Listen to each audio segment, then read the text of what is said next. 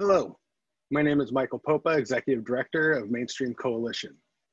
Welcome to the second of two Johnson County Candidate Forums, co-sponsored by the League of Women Voters of Johnson County, Mainstream Coalition, Advocacy and Awareness Group Johnson County, ACLU of Kansas, Johnson County Latina Leadership Network, and Northeast Johnson County Chamber of Commerce.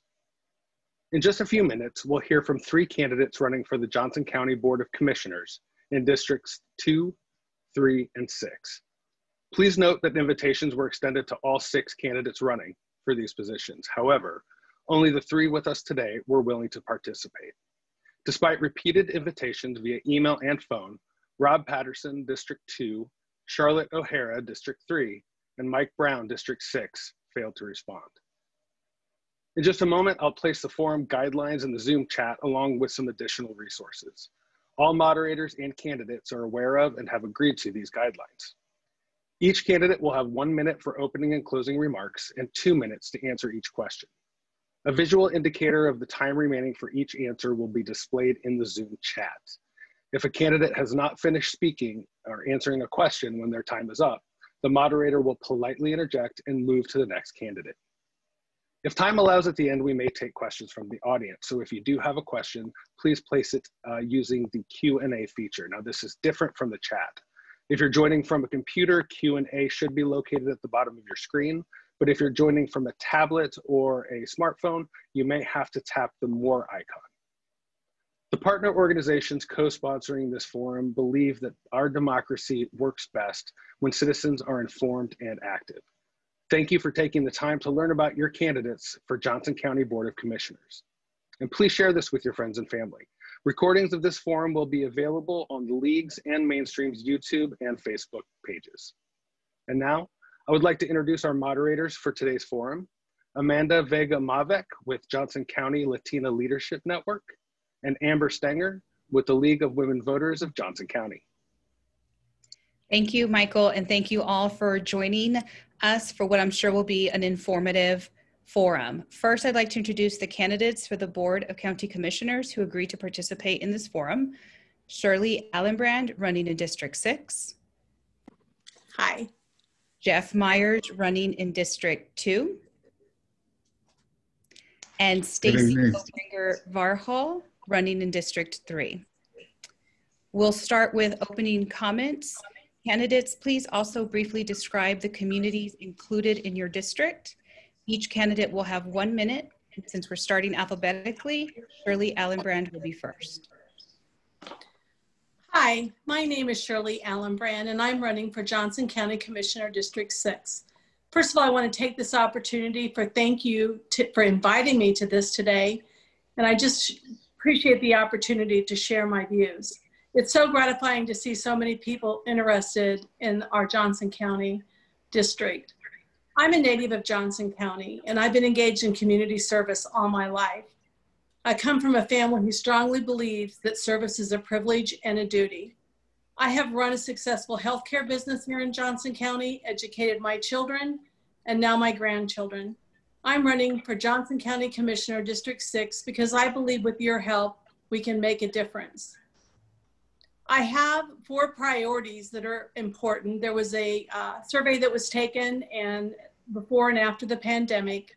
The first one was to ensure the safety of every Johnson County resident. Second was to help grow the Johnson County community. Third was to provide high quality services in Johnson County. Fourth was to the quality of life for all citizens with collaborations and partnerships. I think I ran over my time, sorry. Thank you, Shirley Allenbrand. Jeff Myers, please begin. Thank you and good evening. I'd like to thank all the groups tonight that are hosting this forum for giving us as candidates the opportunity to express our thoughts and reasons for choosing to run for this office. My mantra is common sense for the common good. The reason I'm running for Johnson County Commissioner District 2 is because I concluded my lifetime career as an educator and a football coach in May. And with so much uncertainty in these unprecedented times, I'm ready to be a voice of common sense on the commission. Someone who offers proven experience in finding concrete solutions to complicated problems. as I've done throughout my time in public service. I will speak with clarity and simplicity to make sure our community is even stronger when we have weathered this storm. I want to provide the services and protection that Johnson County residents deserve and expect. Whether it is the budget, safety services, business, recreation, environmental, or health issues, or the many other responsibilities of this position, I will work very hard every day to earn your trust. My district includes all of Shawnee, Lake Quivira, and a little bit of Lenexa up to 87th Street. Thank you so much, Jeff Myers. And now Stacy Obringer Varhal. Thank you for the opportunity to be here today to share my thoughts. I really appreciate it. I'm Stacy Obringer Varhal, and I am passionate about all things Johnson County and public service. I've lived here for almost 40 years and have spent the past 20 years progressively advancing in volunteer activities to make this a better place to live for all. My lengthy experience contributing to this county, especially my 7 years on the Blue Valley Board of Education, has provided me with the relationships, skills, and knowledge to effectively serve the constituents of Johnson County and get things done to the benefit of all. I believe my background in a nonpartisan elected office will be especially valuable as I am able to work with different types of people to accomplish our common goals. I'm not running on a singular issue or a political platform. I'm running to continue improving this county as an exceptional home for people to live and businesses to operate. And I look forward to the chance to provide a little more information about myself with you today. Thank you. And I think I forgot to mention, my area would be the very southeast part of the county, southern Overland Park, and I do go all the way west over to the Spring Hill. Great, thank you candidates, and thank you Amanda. Here is our first question. Research from United Community Services indicates that in Johnson County, regardless of whether renting or owning, about 1 in 4 households are burdened by the cost of housing, spending 30% or more of household income on housing costs. Overall, pre-COVID-19, at least 53,400 households were already burdened by the cost of their housing. The League of Women Voters of Johnson County supports safe, decent, affordable housing for people at all income levels. The availability of such housing within the county is integral to individual and community well-being. What strategies do you support to reduce housing insecurity and increase affordability? Jeff Myers, we'll start with you. Well, I believe that housing has been an issue in Johnson County for many years. There are many options throughout the county, but it's kind of hit and miss sometimes for the people that are looking for that quotation mark affordable housing. I believe it's important that we take a look at all the different options that we have as a community. I think we need to involve our city governments to think of different ideas and options of where we can put and have these types of developments take place. It is an issue that I had to deal with quite often with the city of Shawnee. I thought we did a very good job of adding affordable housing to the city, but it's always one of those situations that people are constantly looking for additional ways to have more affordable housing. Great, thank you. Next, Stacy Obringer Varhal. Yes, I think we need to get creative in our approach to encourage and incentivize affordable housing for those in many different stages of life. We need to provide a robust age-in-place program for our seniors. We should be motivating developers to re-green older neighborhoods for young professionals and those economically disadvantaged. We should partner with large public service providers like schools, hospitals, emergency service, et cetera, to provide some sort of subsidized apartment housing for those that are just starting out in what we call our hero service jobs. I believe it's time for some creative outside of the box thinking to be able to keep people of all ages and income levels living in Johnson County. Great, thank you. And now Shirley Allenbrand. Well, first of all, I'm a firm believer in having focus groups and think tanks and bringing everybody involved, from seniors to all the communities to bring them into a think tank or a focus group to see what the needs are. As I've been going around through my district, there's different needs. I see that in western part of Olathe, there's a need for affordable housing from seniors to all the way from subsidizing up to 350 to 450,000, depending on that career-minded couple. There's different housing needs in Edgerton from 100,000 to 120,000. There's different needs in Gardner and DeSoto compared to those other areas. I have worked a lifetime in healthcare and have spent quite a bit of my career working on affordable housing. And I feel like with my background and experience, I can help bring that to a leadership to help put some of those needs in place.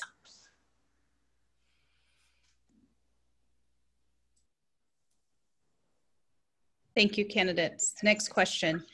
Nearly 15% of the Johnson County population lives at or below 200% of the federal poverty level. According to United Community Services, for a family of 3, this represents an annual income of less than $40,800. Data indicates that 8 of poor working age residents are actually working full-time or part-time. What incentives might the Board of County Commissioners use to encourage businesses to pay employees at least $15 an hour? What other strategies should the county implement to increase income and expand household sustaining employment opportunities for low-income residents? Stacy Obringer-Varhol, will begin with you. Sure. Well, I think the most important thing is just to have a strong local economy. And right now we're still struggling to recover with COVID. But I think with strong local businesses, whether they're mom and pop or national chains, if they're operating here in Johnson County, we want to make sure they're successful. If they're successful, they're doing well, they are going to need a great employee base, and they hopefully will be willing to pay that at least $15 for those employees at the minimum wage level. I do think that's an important part to strengthen the overall well-being of the county. If people are gainfully employed, they're able to spend money here in the county. It is the cyclical thing that will allow overall the county to do really well. I don't know what incentives or what kind of programs the county could do. That would definitely be something to research or look into. But I do feel like there is definitely a role for the Board of County Commissioners to play in making sure that our families can afford to live in Johnson County, whatever that may be. Shirley Ellenbrand. Well, one of the priorities I have is to rebuild the economy and get it back on its feet again. But I think, again, here's where some real partnerships need to be put in place of working with others, working with not only your commissioners, but also working with local chambers, economic development, different organizations out there, like all the organizations we're talking with now. We need to put together a plan and work towards providing that for Johnson Countyans to be employed. And I really don't know at this point in time what that looks like, but I really think that I would be making a commitment to partnership and try to figure out how we could put that together. Thank you. And Jeff Myers. Well, I know with this economy that the way it is right now, there's a real need for affordable and employment for all levels of income. With me just being retired, it's kind of funny. I've gone out and looked on some sites just to get an idea of what type of employment is out there.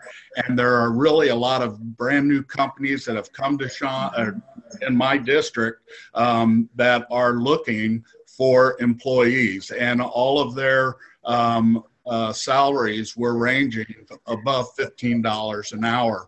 I think there are opportunities out there. I think it's educating people where to go and where to look, and that can, again, work. I agree with the other candidates that talk about having a plan, working with different cities, again, to find out where there are needs for employment, and help residents as much as possible in being able to obtain those jobs. Thank you. Our next question is, numerous studies have shown that the best way to save money, create jobs, and clean the environment is to support the use of energy efficient buildings. As commissioner, what would you do to require the use of energy efficient components in all Johnson County buildings? We'll start this question with Shirley Allen-Brand. I firmly believe that that we need to expand our sustainability efforts. And local government, it starts with local government, it starts with building, and it starts working with other communities and the schools and the chambers and forming those partnerships. Again, I talk a lot about partnerships because I really believe unless we work together as a team and work with other organizations, we can't make that happen. Being involved in development, my career, I feel like I have a lot of experience in helping bring some of that forward. But again, I would definitely, before I would put a plan in place, would be to talk with those, with other people to try to put that into place. Thank you. Jeff Myers, you're next. Again, as mayor, I worked with developers many times on projects for sustainability. I think a lot of, even at the county level, these policies are in place. If you take a look at some of the newer buildings that have been constructed in the county, such as Crime Lab, oh gosh, there's a variety of other buildings that have been built, and they have these types of efficiencies already in place. I think it can be reviewed and improved upon at times. That's something that constantly comes before the county commission to take a look at. And again, I would always try to be on top of a situation to make sure that we are as sustainable as possible with the environment, environmental issues, and energy costs and things of that nature. Thank you. Now we'll go to Stacy Obringer Varhol. I'm in support of using easy changes in building materials to work towards net zero buildings, high efficiency lights, better insulation, renewable energy whenever possible. Just makes common sense and will help save taxpayer dollars in the long run. I would advocate for renewable energy, especially if it will save the taxpayers money in the long run after a small initial investment. This is just a good example of smart governing to allow the positive impact to the environment while also saving money in the long term. It's exactly what a good government should be doing. And overall, just the issues that we have with climate change, I think that education remains a hurdle to making more progress on this very important issue. More community programs are needed to encourage responsible behavior and use of resources. So I absolutely would be championing those things. Johnson County has experienced high population growth rates for several decades, and that includes growth in the number of residents who are people of color, including Blacks, Indigenous, Latinx, Asian, and other groups. According to Johnson County Automated Information Mapping System, 2013 to 2017 American Community Survey Data Report, the population of these groups represents 20% of Johnson County's total population. Over the next 1 to 2 decades, the projected population growth rates are highest for communities of color. What are your thoughts about creating a diversity advisory commission that is representative of the various groups in Johnson County to serve as a bridge to county government and the county commissioners? Also, if elected, how would you show Black, Indigenous, and people of color communities that they are essential to the success of our county? We will be starting with Stacy Obringer Varhol. Well, as Johnson County continues to grow and become more diverse, we have to address institutional racism and discrimination. We have to make sure that all of our residents feel welcome and included. Listening and understanding to others that differ from you is an important part of being a public servant. Working together, I believe we can find solutions to be sure that all are included and treated equally. Our growing diversity should be celebrated and not discounted. I have actually been working with fellow school board members and administrators on some of these issues. And again, the first step really is to listen and learn. As much as we may be doing that right now, it isn't enough. We need to hold listening sessions for county residents to express their experiences and gain understanding. And once you begin to understand the issues and have an idea of how systemic it is or what they're facing, then you can begin to work with others in the community to build partnerships and to find ways to encourage the diversity and combat racism.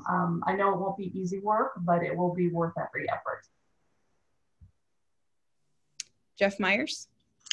I've been a resident of Johnson County since 1973. I've been a teacher and a coach for 37 years in Olathe. And so I saw a lot of the changes in diversity throughout Johnson County. My home is in Shawnee, but I taught and coached in Olathe. So I'm very familiar with the change in those diverse groups. I would be very supportive of having some type of board or committee to get people of all different types of backgrounds together to discuss issues and opportunities and educate. And so I'm very supportive of those types of situations and have, as a teacher and a coach, have done that throughout my career. And lastly, Shirley Allenbrand. Well, I have to say, I really like that idea. In my family, we have interracial marriages in our family. And so we have had some family issues with some racism in our family. I like the idea of putting that committee together. I think that we need to practice and promote more equality for all. We need to start listening, and it needs to be for every group out there to be heard. So I've always said that every voice should count. And so that is something that needs to be put into place now. We need to address it. This can't wait. So this is something that really needs to be addressed. Okay, thank you. For the past 2 decades, Board of County Commissioner races have been nonpartisan. In 2021, the board will decide whether to continue this policy. The League of Women Voters of Johnson County supports keeping the board nonpartisan. If elected, how would you vote on this issue and why? And what other issues might the 2020 Charter Commission need to address? For this question, we'll start with Jeff Myers. Well, as you know, next year will be the time period for us to address the Charter Commission. That takes place once every 10 years, and that's where the rules and policies for the county are fixed and voted on. And so I think it's going to be a very important time. I am very much in favor of keeping our elections nonpartisan. That's something that's extremely important to me. And that's one of the things that I've done, again, throughout my time in local government, 30 plus years. I have always been involved in nonpartisan type local government situations. And I think that should continue. I think there's some real benefits from that. I don't think a lot of the issues and items that come up, not only in city government, but especially also in county government, it needs to remain nonpartisan. So I'm a large supporter of keeping it that way. Thank you. Now we'll go to Shirley Allenbrand. Well, one of the reasons I'm running for Johnson County Commissioner District 6 is because some people are talking about changing the charter. The citizens of Johnson County voted that to be a nonpartisan. I truly believe the airports, the sewer systems, the libraries, mental health, they do not have a partisan. And I feel like now we're using partisanship to play towards what we're voting on. I also strongly agree that, or also feel that there are a couple of positions that they want to make those voted on versus being a position that has been appointed by our county administrators. I stand firm on believing the county charter should stand as written. Thank you. Now, Stacey Obringer Varhol. Well, I actually agree with both of the candidates that have already spoken about this. I do not personally believe that any changes are needed to the charter in regards to nonpartisan. However, if it's decided to have another vote on the charter, if it's necessary, I would support the voters' right to choose. But I actually believe that the county is flourishing under the leadership of nonpartisan elected officials, and Shirley mentioned the appointed administrative positions, and would not support changing that. Thank you. What role should or can the county play in helping local businesses and employees recover from the recession caused by the COVID-19 pandemic? What are your opinions on mask mandates? And what measures would you recommend schools follow regarding in-person learning for K through 12? Shirley Allenbrand, we'll begin with you. Well, first of all, I believe in the mask mandate, and I think it's important to have that in place. And if I have to wear a mask and wash my hands and stay 6 feet away, I want our businesses to stay open.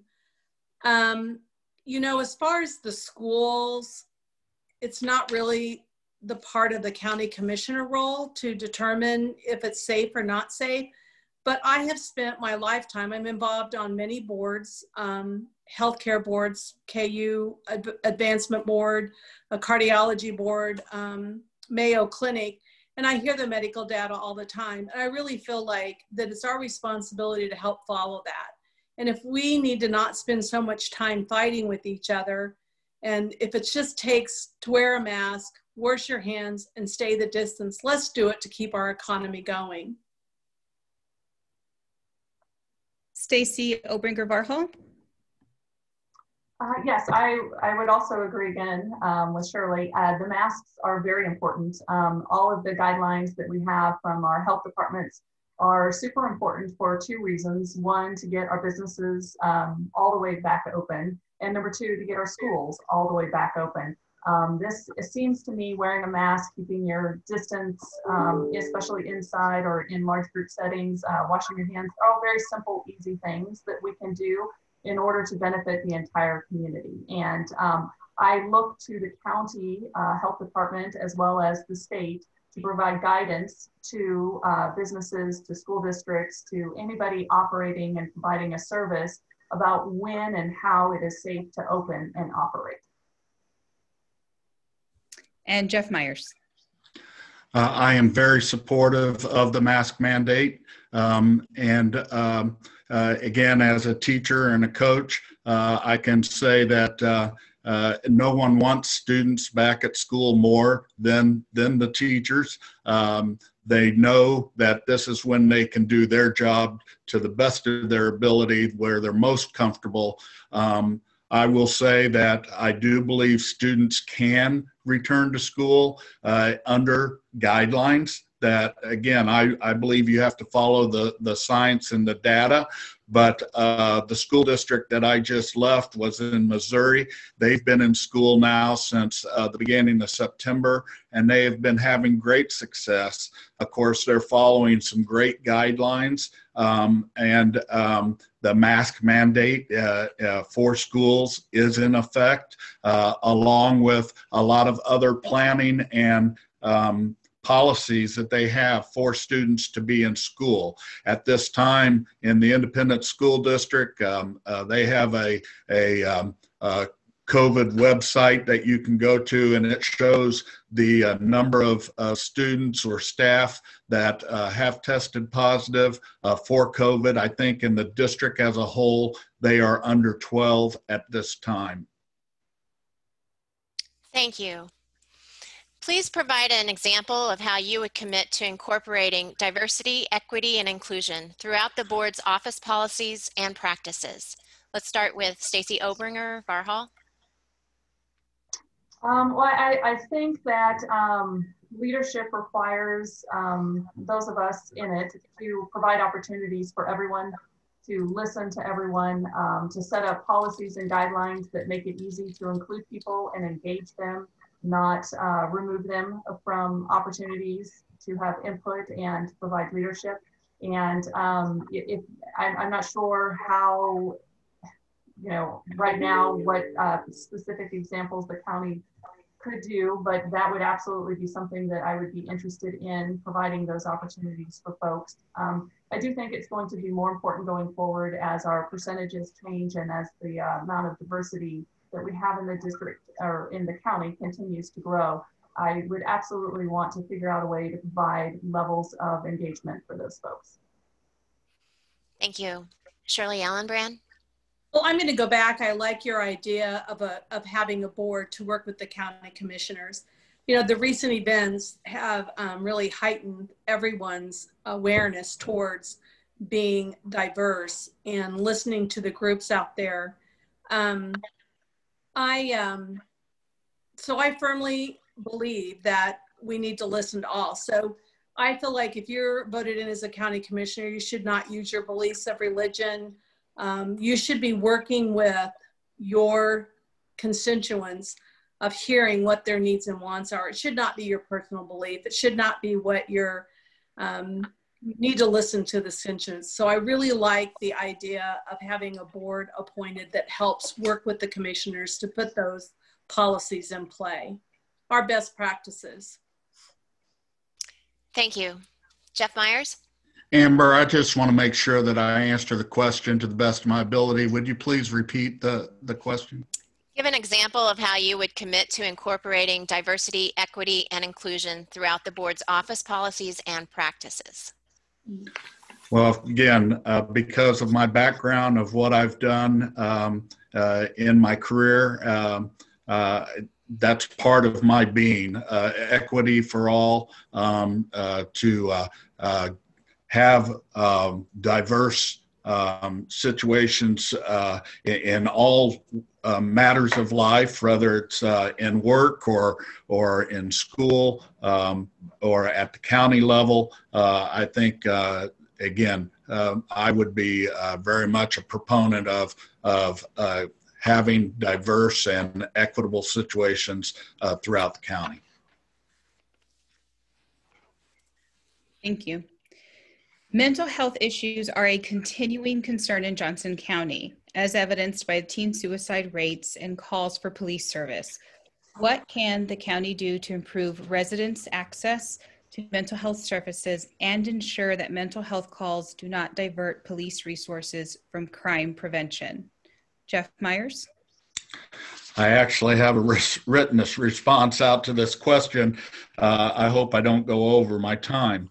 Mental health calls to police are many times made to prevent crime or because of crime-related issues, as evidenced by the recent call from the Truman Sports Complex for a person armed and shooting at employees. This was a person having a mental health crisis. Mental health crises seem to be more and more common. Continuing education of the county services for mental health is vital in helping residents be aware of the opportunities for help. These services can include mental health, pediatric services, prevention services, mental health audit, adult rehabilitation services, and outpatient use services. Also, COVID-19 information is important for resident awareness. As a retired teacher and coach, I can tell you it's imperative to educate teens about suicide. It's important to provide and receive as much information from our teens as possible. I had great success with that at all the schools that I was involved with. Another important item, though, is the partnership between Johnson County and mental health that they have implemented with many police agencies, and I believe it needs to be expanded. It's been a highly beneficial having mental health professionals available to respond with police officers. Thank you. Stacy Obringer Varhal. Yeah, this is actually a topic that's near and dear to my heart as a school board member. This is something that we have been working with for quite some time, mental health and suicide in our school systems. And I think being willing to talk about it publicly, to engage families, to provide outreach, to provide programs for students and adults, whoever may need these services, to be able to reach those is super important. We have unfortunately had years of cuts to mental health, and we are unfortunately paying a little bit of the price right now. I would love to see an increased focus on Johnson County Mental Health, the department, what they can do. I do think there are some opportunities for increasing the funding there that would then alleviate some of the calls that our police have to respond to, providing the services earlier and catching it before it escalates to a time when police are required to deal with the situation. So this is actually one of the bigger issues I think that the county is dealing with right now, and we need to do anything and everything that we can to help all of our citizens. Thank you. And Shirley Ellenbrand.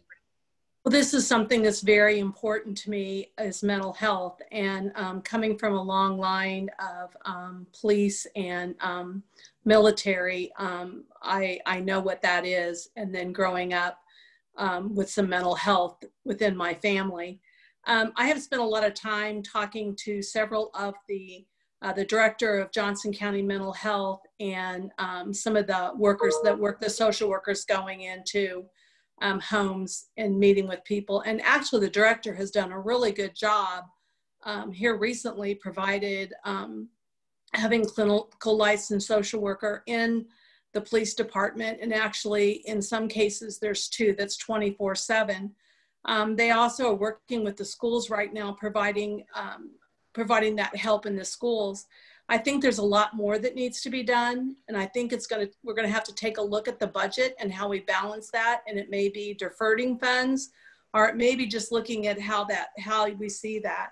But I think we've got some really good staff with Johnson County Mental Health that we're going to work together with the schools and providing those services to the police department as well.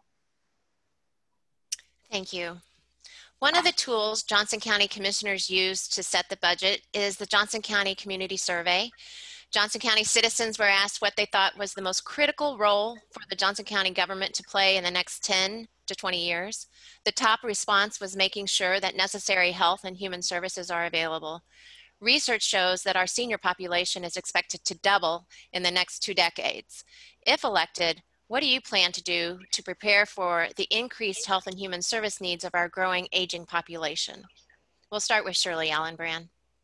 Well, since that's been the industry that I've worked in most of my life, I feel like that is something that's near and dear to my heart, and I know how it's growing. I really feel like there's several things that we can put into place as we're looking at the budget, and it may be just getting very creative of how that could be done. The budget that we had, I looked at that very closely, but the new budget that they just approved, I have not looked at that as closely. I've just been busy campaigning. But I think there's several things to put into place that we need to look at the seniors doing, and it may be getting creative and offering services, and maybe even some tax reduction on their taxes.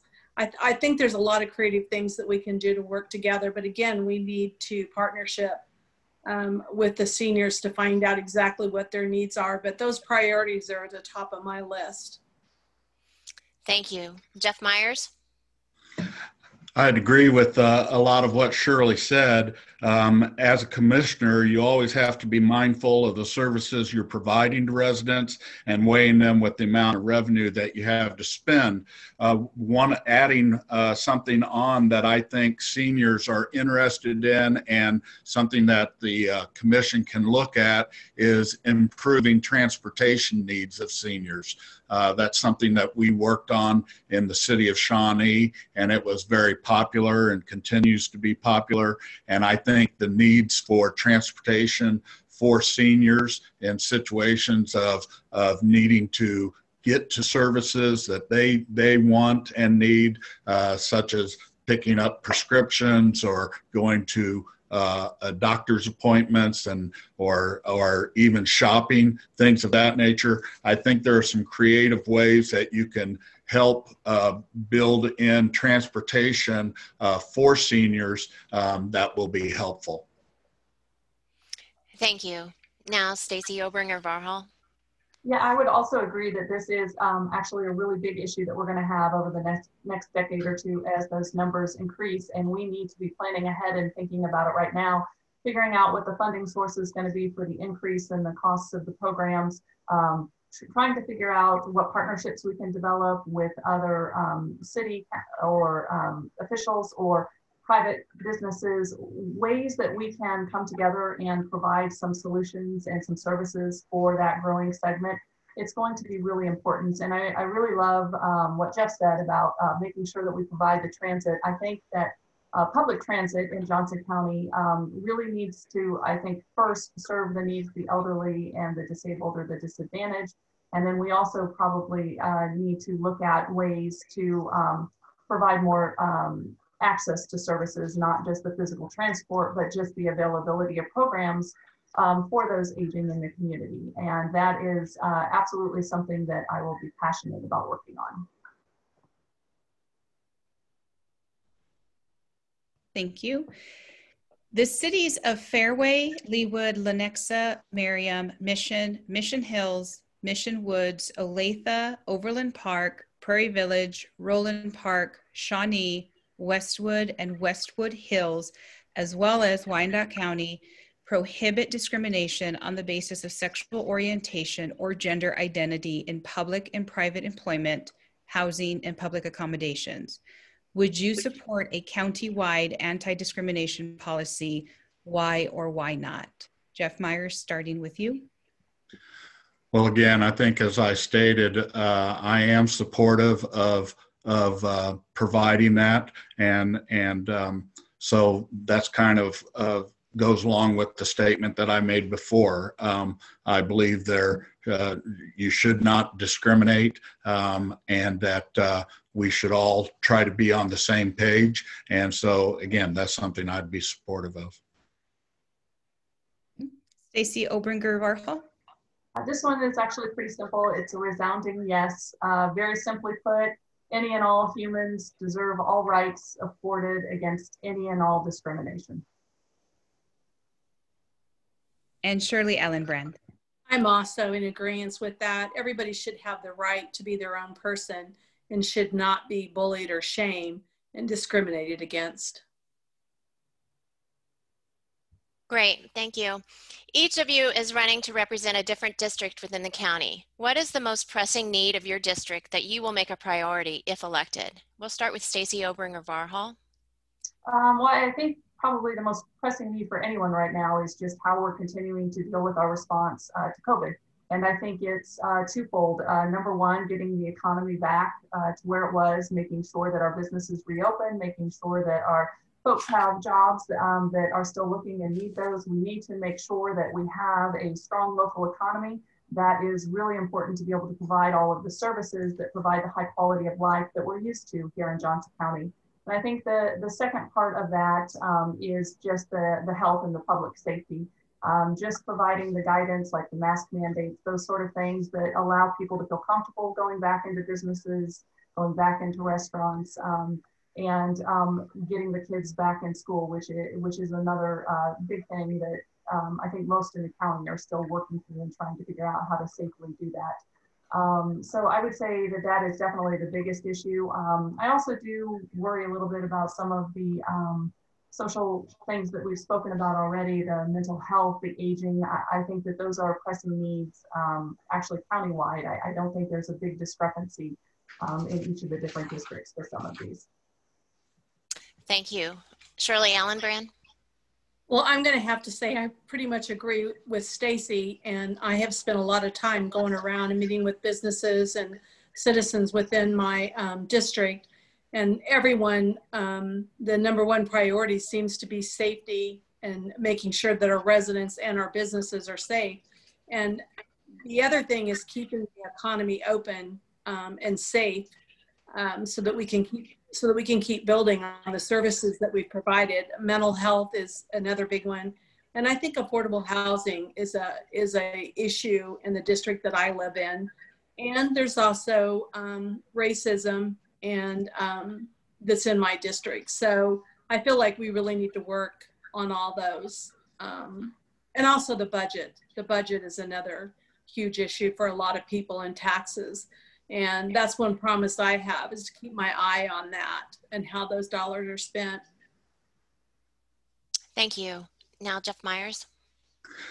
In talking to residents in my district, as I said in my opening statement, I think they want to have lots of different services and availability of having those services at their hands. But at the same time, I'm losing my train of thought here. I want to get back on it. I think it's important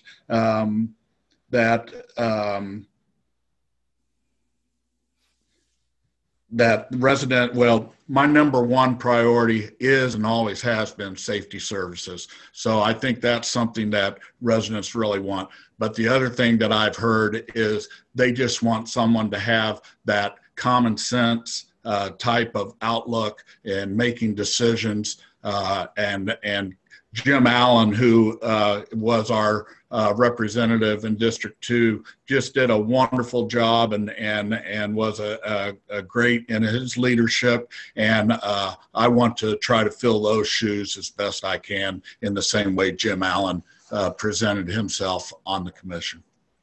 Thank you. And now we have a question from our audience. The current service system for individuals with intellectual and developmental disabilities in Johnson County is extremely lacking. How will you work to build the service system so that all those who need services can find them? We'll start with Shirley Allenbrand. Well, I've been pretty active on a lot of different boards. In fact, going clear back in the early stages of TLC when it just started. I think, again, you know, a lot of children in Johnson County are in need, not only children with disabilities, but also children that are homeless. And it's surprising how many are out there that are homeless. I think, again, working in partnership with businesses, churches, you know, the chamber, ED department, working with the different communities to find a solution for that.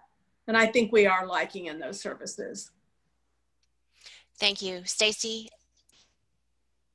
Yes, I would agree. This is a great opportunity for public and private partnership to provide some opportunities, some outreach to make sure that the folks that need the services are aware of what's available and can get to them.